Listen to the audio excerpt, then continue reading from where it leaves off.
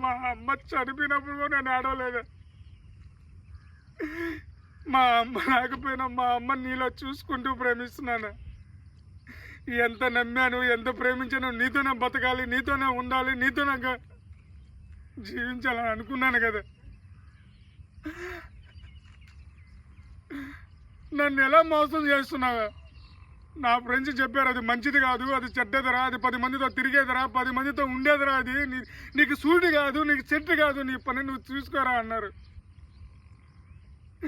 నమ్మల అది బంగారా, నా దేవతరా, అదేరా నా జీవితం అని చెప్పి గుడ్డిగా నమ్మేనా? నేను తినడానికి ఉన్నా లేకున్నా అప్పు చేసి మరి నీ కష్టాలు, నీ సుఖాలతో, నీ ఆనందం కోసం ఎంతో ఖర్చు పెట్టాను.